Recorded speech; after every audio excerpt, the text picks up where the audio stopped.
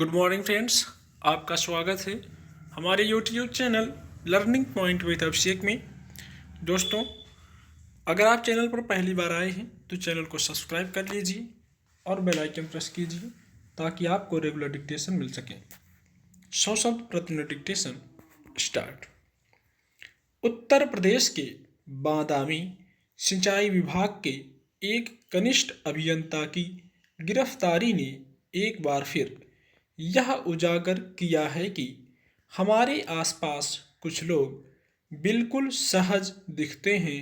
अपने बर्ताव की वजह से वे लोगों के भरोसेमंद भी हो जाते हैं, लेकिन वे बच्चों के लिए बेहद घातक साबित हो सकते हैं।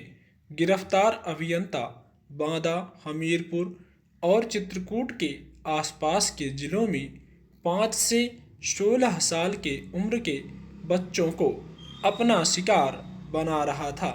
अब तक उस पर कम से कम 50 बच्चों का यौन शोषण करने का आरोप है। अंदाजा लगाया जा सकता है कि अपने सार्वजनिक जीवन में अच्छे पद पर काम करने वाला वह व्यक्ति घर के भीतर किस तरह की विकृत कुंठाओं के साथ जी रहा था।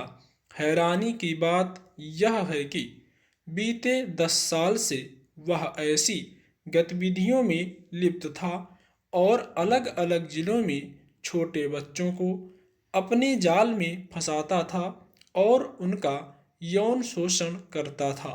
कोई बच्चा उसकी हरकतों का खुलासा न कर दे, इसके लिए वह बच्चों को पैसे और मोबाइल फोन समेत महंगे इलेक्ट्रॉनिक उपकरण उपहार में देता था।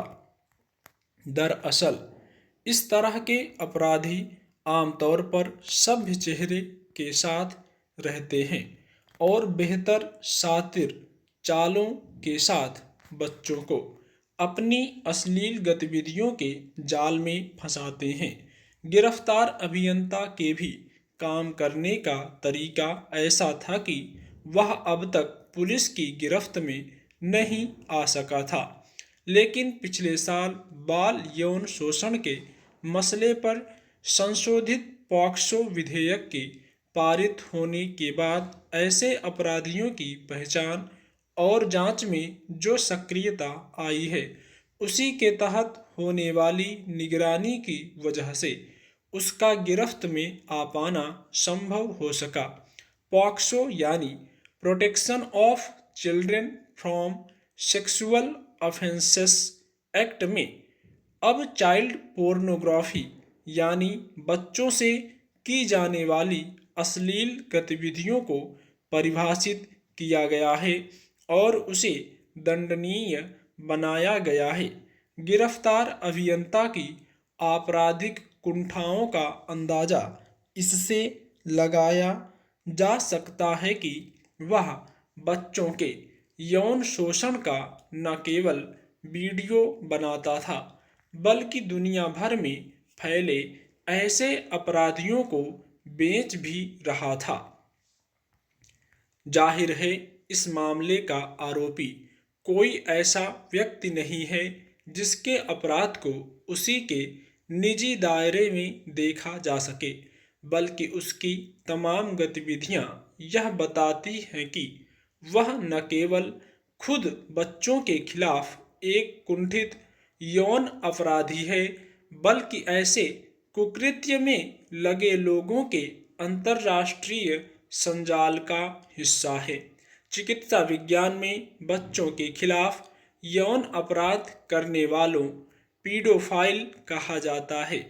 इस तरह के व्यक्ति कई बार हमारे आसपास मौजूद होते हैं, लेकिन हमारा समाज जिस भरोसे में जीता है उसमें यौन कुंठाओं के मारे ऐसे लोगों की पहचान करना मुश्किल होता है।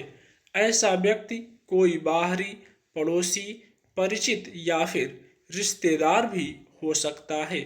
अगर व्यवहार संबंधी बारीकियों का थोड़ा अध्ययन या प्रशिक्षण रहे तो उन्हें पहचान कर बच्चों को सचेत किया जा सकता है।